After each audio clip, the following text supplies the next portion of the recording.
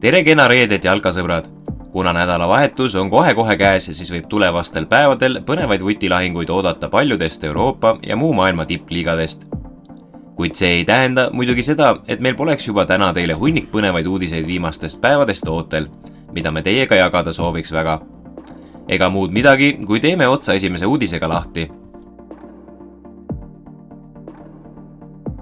2023. aasta Ballon d'Ori tseremoonia on hoogsalt lähenemas ning see leiab aset juba oktoobris.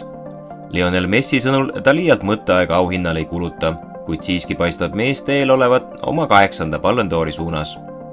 36-aastast mängumeest peetakse selgeks favoriidiks sõltumata Erling Haalandi suurepärasest hooajast. Ma pole kunagi Ballon d'Orile väga suurt tähtsust omistanud, sõnas Leo meediale. Pärast MM-i võitu mõtlen sellele auhinnale palju vähem kui varem. Minu jaoks on kõige tähtsamad kollektiivsed saavutused. Mul vedas, et võitsin oma karjääris kõik, selgitas argentiinlane. Kas usute, et Messi peaks ka järgmise Ballon d'Ori enda nimele saama või peaks kuuluma see mõnele teisele mängijale? Andke meile kommentaariumis teada. Itaalia meedia sõnul on Eesti jalgpalluri Oliver Jürgensi teenetest huvitatud mitmed klubid. Nimelt kirjutab Itaalia jalgpalliportaal Tutto Mercato Web, et mullu Itaalia kõrgliiga klubi Torinoga 3-aastase pikkuse lepingu sõlminud Jürgens on sel suvel meeskonda vahetamas.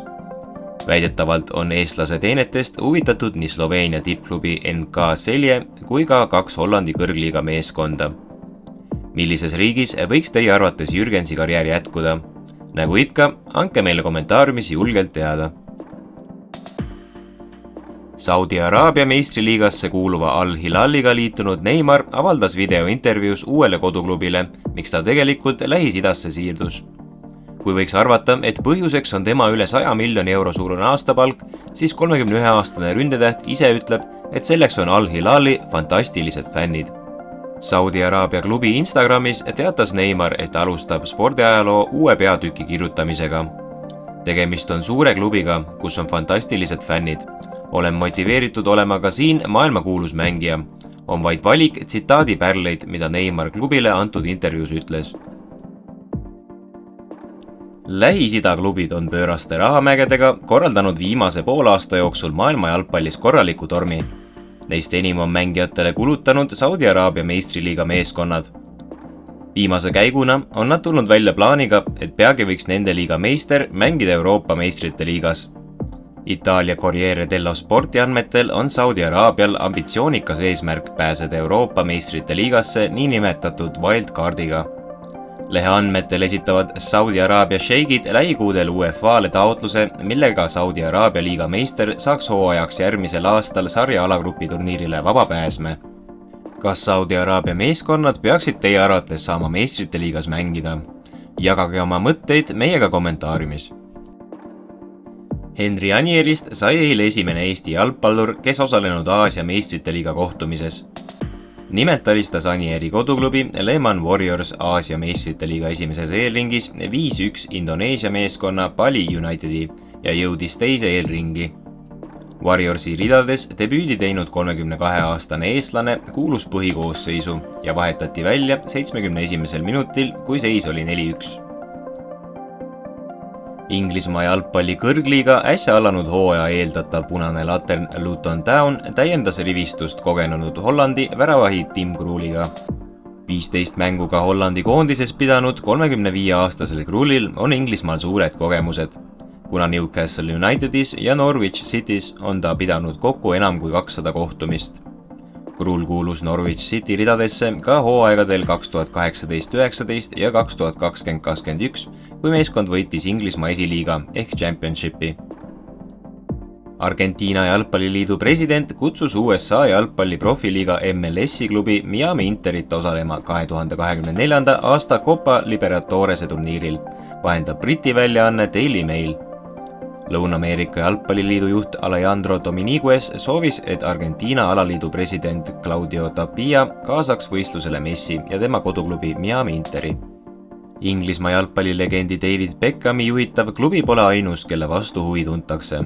Ka teisi Põhja-Ameerika, peamiselt Mehhiko ja USA jalgpalliklubisid soovitakse turniiril näha. Kataloonia suurklubi Barcelona uueks spordidirektoriks saab klubi endine mängija Deco, kes asendab sel positsioonil 2 aastat püsinud hollandlast Jordi Cruyffi. Barcelona teatel kuulub Deco vastutusalasse Barcelona spordifilosoofia paika panemine ning koostöös peatreeneriga meeskonna moodustamine.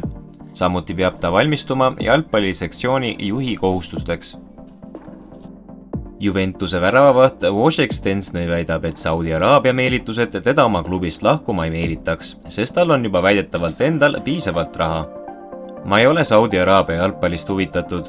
Mul on juba piisavalt raha ning Juventuse väravavahiks olemine on minu jaoks suurim võimalik väljakutse. Mõistan, et keegi võib selle variandi kasuks otsustada, kuid tasub mõelda ka muudele eesmärkidele peale raha, rääkis väravavaht. Manchester United paistab olevat pärast oma uurimise lõpetamist lähedal lõplikul otsusele Mason Greenwoodi tuleviku osas. The Atleticu väidetel on klubi tegevjuht Richard Arnold klubi töötajatel teada andnud, et plaanib Greenwoodi augusti alguses tagasi põhimeeskonda tuua. Lisaks on otsusele rohelise tule andnud ka Unitedi jalgpallidirektor John Murtough ning ka peatreener Erik ten Hag. Mida arvate teie? Kas Greenwood peaks pääsema tagasi Manchester Unitedi meeskonda või mitte? Jagage oma arvamust kommentaariumis.